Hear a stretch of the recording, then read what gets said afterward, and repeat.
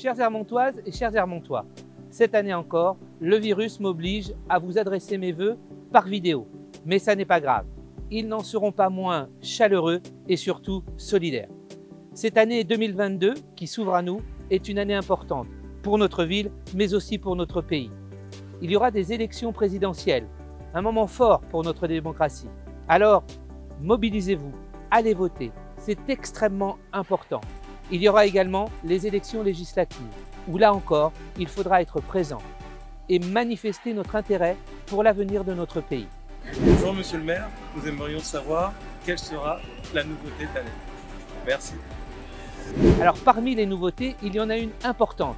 C'est la mise en place de l'application de la ville d'Hermont, sur laquelle vous pourrez retrouver tous les services en ligne. Alors n'hésitez pas à la télécharger, c'est un outil incontournable aujourd'hui dans nos villes. Il y a également la refonte totale du site internet de notre ville, avec plus de facilité, plus de proximité avec vous. Et enfin, les services de l'État nous ont demandé de mettre en place les services de dématérialisation pour tout ce qui concerne l'urbanisme. Alors, il n'y aura plus besoin de venir en mairie, vous pourrez dématérialiser les choses. Mais ne vous inquiétez pas, les services seront toujours là, présents, à votre disposition en cas de problématique. Nous avons lancé en fin d'année 2021 une étude sur le stationnement, la circulation, qu'elle soit douce ou pas, et les places de livraison sur l'ensemble de notre ville. Elle se poursuit dans ces premiers jours de 2022. Il est extrêmement important pour nous de recueillir votre avis. C'est important de savoir comment vous vivez votre ville au niveau de la mobilité. Alors n'hésitez pas, il est encore temps pour vous exprimer.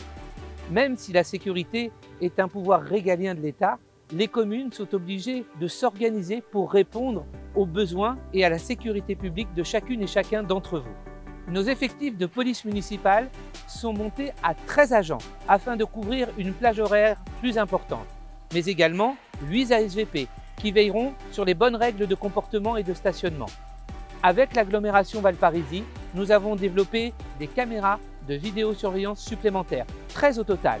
Ces caméras sont extrêmement utiles pour prévenir, mais aussi pour intervenir. À plusieurs reprises, leur efficacité a été démontrée pour intervenir et éviter des drames sur notre commune. La sécurité des Hermontoises et des Hermontois est une de nos priorités. On ne peut pas parler de sécurité sans jamais parler de prévention. La ville a récupéré la compétence éducation spécialisée. Pour cela, nous aurons 4 éducateurs sur le terrain, mais également un maillage avec les associations et aussi des animateurs sportifs formés pour prévenir les actes de délinquance. La prévention fait partie de notre système de sécurité sur la ville. Comme chaque année, nous aurons une thématique qui va guider nos actions sur la ville. Eh bien, cette année, 2022, ce sera bien-être et bien vivre dans notre commune. Nous y sommes déjà très heureux et y vivons bien, mais nous allons ensemble travailler à encore améliorer notre quotidien. Alors, mobilisez-vous, mobilisons-nous pour que notre ville soit toujours et encore une ville à vivre où on est heureux. Dans le cadre de nos promesses, en 2021, nous avons rénové une partie du Stade Renoir, la piste d'athlétisme et le terrain synthétique. Sans oublier l'éclairage, qui nous permet de fonctionner en hiver en sécurité. Éclairage à LED, donc peu consommateur. L'année 2022, c'est l'année de la poursuite de la réhabilitation de ce site, avec la réhabilitation du plateau sportif pour lequel nous allons demander l'avis aux riverains mais aussi aux associatifs, la réhabilitation totale de la tribune Jean-Marie Lelièvre qui va être conservée mais retravaillée à l'intérieur et même agrandie pour pouvoir accueillir des salles de réunion mais aussi des sanitaires, des vestiaires pour répondre à la demande de nos clubs sportifs si dynamiques sur notre territoire. Et puis, il y aura aussi le Clubhouse, tant attendu, pour que les uns et les autres puissent se retrouver. C'est extrêmement important dans le cadre de vie et le bien-être pour nos associations. Viendra ensuite la phase 3 avec le gymnase. En 2021, pour répondre à la dynamique de nos associations, et comme nous l'avions promis, il y a eu la création du bâtiment de la vie associative, où les associations et le service, notamment des sports, se sont installés. Dès l'année prochaine, là encore, nous allons passer dans la phase 2 de ce projet. C'est le support logistique aux associations, support juridique, support financier, d'accompagnement. Cela se traduit d'ores et déjà par la création de la commission des sports. Commission qui est composée de membres des associations dirigées par l'élu au sport. Bonjour Monsieur le maire, que prévoyez-vous pour la vie associative à Ermont? Merci de votre réponse. Nous allons aborder avec cette commission sportive comment accompagner les associations vers le haut niveau, vers la formation des éducateurs, une grille pour les subventions sur laquelle nous serions tous d'accord. Comment allons-nous mettre en place ce fameux sport santé? Quels sont les relais associatifs, les relais médicaux? Cette dynamique, elle sera une des actions de 2022. Notre ville est portée par ces associations. Notre ville est portée par ses commerçants. Notre ville est portée par ses quartiers. C'est aussi ça, le bien vivre et le bien-être à Ermont. Vous pouvez compter sur nous, une fois de plus, pour être présents à vos côtés.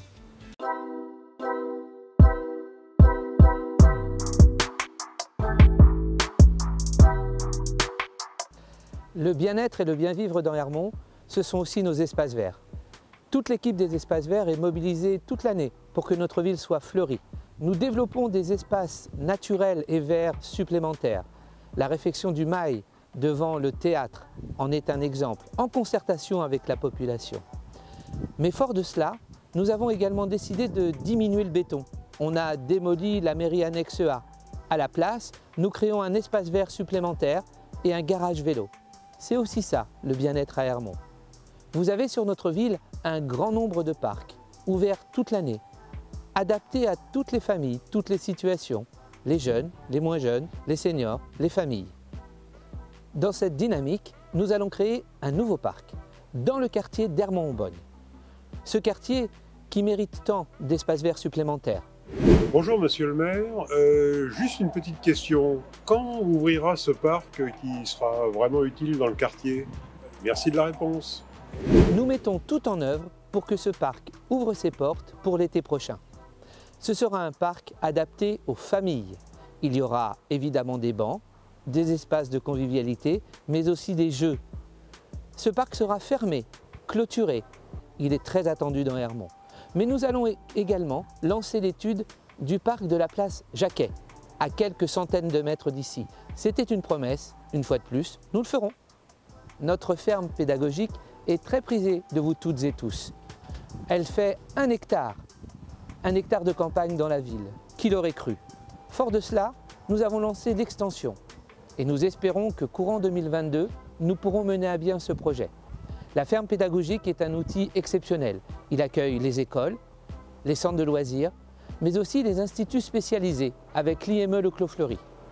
Dans cette dynamique, les équipes de la ferme pédagogique ont développé ce que l'on appelle le aller vers. Aller vers les EHPAD, aller vers les institutions. On sait très bien que pour les seniors et les gens isolés, le réconfort d'animaux est quelque chose d'important. Alors nous allons poursuivre encore et encore pour que les Ermontoises et les Ermontois soient le plus heureux possible dans leur ville.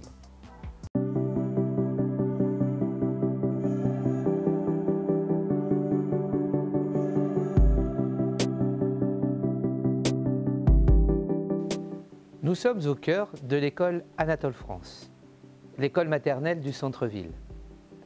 Cette école est la plus ancienne de notre commune. Alors nous avons décidé, pour l'année 2022, de lancer une réflexion sur sa réhabilitation. En effet, c'est la seule école qui n'est que maternelle. Nous sommes obligés de nous interroger sur le fait de savoir s'il faut y adjoindre une école primaire. Ce dont nous sommes sûrs, c'est qu'il faut agrandir la restauration scolaire et agrandir le centre de loisirs. J'en profite pour vous dire que dans ce centre-ville, qui est toujours en mouvement, nous allons enfin voir le lancement de la résidence Aubray. Résidence gérée par l'Office d'HLM Valparisis. Nous avons eu de grandes difficultés à cause de la Covid, à cause du fait que des entreprises ont été défaillantes. Mais ça y est, la construction va être lancée et nous tiendrons nos engagements qu'il y ait des HLM au cœur de notre ville. Nous avons également lancé la sécurisation aux abords des écoles, avec la fermeture des rues. Ça n'a pas été sans grognement, mais nous avons tenu bon. La sécurité de nos enfants et de leurs familles est une priorité. Nous allons faire le bilan, comme nous nous y étions engagés, pour savoir, 1, si nous devons arrêter cette sécurisation, 2, faire des modifications, ou 3, laisser comme c'est actuellement. Nous allons travailler avec les parents d'élèves, comme nous le faisons au quotidien. Nous abordons beaucoup de sujets avec eux. Mais un sujet important et qui fait réfléchir les familles, c'est la restauration. Bonjour Monsieur le maire, est-ce qu'il y aura des choses nouvelles à la cantine? Nous avons toujours eu à cœur que vous mangiez bien à la cantine. Mais maintenant, nous allons faire en sorte que vous mangiez mieux. Nous allons lancer notre fameuse cuisine centrale en liaison chaude. Cette cuisine centrale, elle sera sur le site de l'Arche, 150 rue de la Gare. Effectivement, nous avons démoli la maison du gardien qui était vide et le hangar pour pouvoir y construire cette cuisine qui répondra à toutes les normes. Cette cuisine centrale, elle sera dotée d'un restaurant solidaire où les gens pourront venir dîner ou déjeuner afin qu'il n'y ait pas de déchets et qu'on ne jette plus de nourriture comme c'est encore trop le cas aujourd'hui. Dans le cadre de la lutte contre le gaspillage dans nos restaurants scolaires, ont été installés des poulaillers, mais également des composteurs. Et puis il y a toujours Nicolas, l'homme au triporteur, qui vient ramasser ce qui n'a pas été consommé et peut être redistribué. Mais vous allez voir que dans l'acte 3 de notre agenda 21, qui sera voté au mois de février, nous avons encore plein d'idées et surtout plein de projets à mettre en place très concrètement pour lutter contre tout cela. Dans ce cadre-là également, il y a toutes les cuisines satellitaires, enfin plutôt les restaurants satellitaires. Dans chacune des écoles, il y a ce qu'on appelle une cantine, mais maintenant on appelle ça un restaurant scolaire. Eh bien, ils vont tous être refaits, intégralement, pour que vous puissiez manger dans de bonnes conditions. Chacun des restaurants scolaires sera doté d'un laboratoire où, comme nous l'avions promis, les enfants et les plus grands pourront confectionner ou une entrée ou un dessert, mais en tout cas comprendre comment tout cela se prépare. C'est pour nous très important.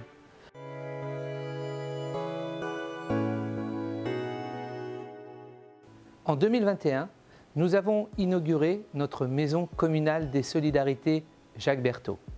Jacques Berthaud, qui a été maire d'Ermont de 1971 à 1996 et qui a eu une grande action au niveau de la solidarité. Cette maison communale des solidarités a été labellisée France Service, ce qui permet de proposer un accompagnement à chacune et chacun lorsqu'il se présente. Je vous rappelle que le challenge était de ne plus dire non, mais d'expliquer aux gens comment aller dans leur parcours et comment les aider. On ne parle pas de fracture numérique, on parle d'accompagnement vers le numérique. Et l'ensemble des équipes est formé pour cela. Cette maison communale des solidarités accueille de nombreuses personnes au quotidien. Nous avons mis en place une nocturne qui fonctionne bien.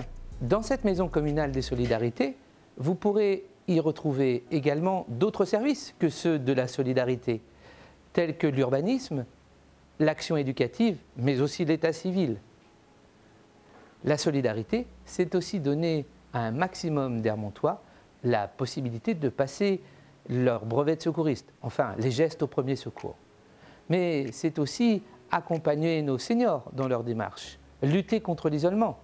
Tout cela en partenariat avec Génération Or, ce groupe de jeunes seniors dynamiques qui a été créé en 2021.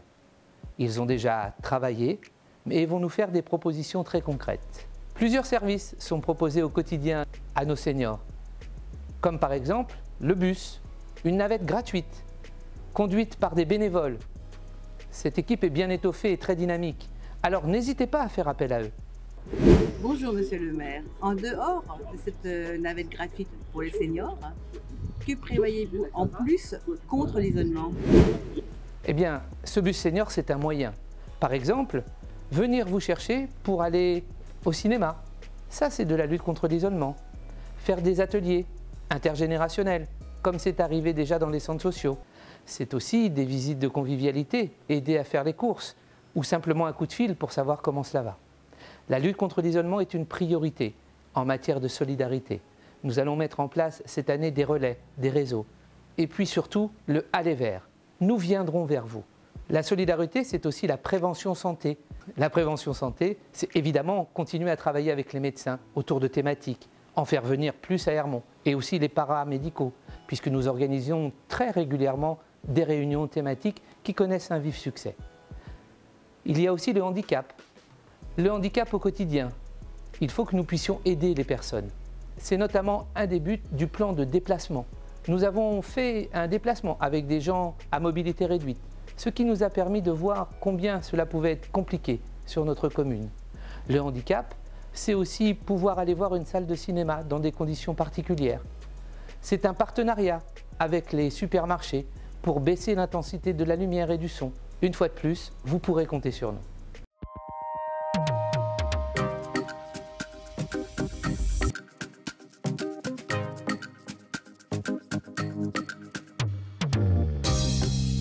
Nous voici au cœur de notre salle de spectacle au sein du théâtre Pierre Freinet. Elle a été rénovée entièrement en 2021. Nous avons par ce biais relancé une saison pétillante qui connaît un vrai succès. Voir cette salle pleine avec autant d'émotions, de rires, d'applaudissements, de joie est quelque chose qui nous tenait à cœur. La programmation qui a été faite répond aux attentes des Hermontoises et des Hermontois. Nous allons l'année prochaine encore plus tenir compte de votre avis, puisque un grand nombre d'entre vous s'est déjà exprimé. Nous avons maintenu cette année toutes les fêtes qu'il était possible de faire. Alors, les fêtes traditionnelles, telles que la fête des vendanges, le Téléthon, et nous y avons ajouté Octobre Rose, une très belle mobilisation dans la lutte contre le cancer, mais aussi une grande chaîne de solidarité et d'animation qui vont avec. Le marché de Noël, qui s'est déroulé et qui a connu un succès exceptionnel auprès des petits et des grands. N'oublions pas qu'au mois de juin, la guinguette va retrouver ses marques au sein du Parc Beaulieu. Et il y a la création en 2021 du festival Fraîcheur. Ce festival qui s'est déroulé les 15 premiers jours de juillet dans tous nos parcs. Eh bien en 2022, nous allons le reconduire, ainsi que l'été éducatif et solidaire. Effectivement, 2022 sera une année où nous allons continuer à animer notre ville, continuer à faire en sorte que vous puissiez vous rencontrer et échanger. Bien-être et bien vivre à Hermont, eh bien c'est le maintien de l'ensemble des manifestations, évidemment avec les contraintes sanitaires qui peuvent arriver. Mais nous y avons toujours fait face et nous continuerons à le faire. Nous voici dans ce beau théâtre. Il a été rénové en partie. 2022, c'est le lancement et la concrétisation de l'étude pour l'espace Yvonne Printemps. Là encore, ce théâtre qui a été créé en 1976 mérite une insonorisation. Comme vous l'aurez compris, Hermont est une ville dynamique, qui bouge. Et pour que vous y soyez encore mieux et dans les meilleures conditions, vous pouvez compter sur moi et sur l'ensemble de mon équipe, qui au quotidien est à vos côtés, à votre écoute, pour le bon comme pour le mauvais. Mais soyez assurés que toujours, nous avons à cœur que vous soyez le plus heureux possible dans notre jolie ville d'Hermont. Nous sommes fiers de notre ville, nous défendons ses couleurs et continuerons à le faire. Hermont, c'est une ville à vivre. Hermont, c'est une ville où il fait bon vivre. Alors, chères Hermontoises, chers Hermontois, je vous souhaite, je nous souhaite une année 2022 pleine de bonheur, pleine de bien-être, pleine de solidarité. Prenez soin de vous, prenons soin de nous. Bonne année 2022!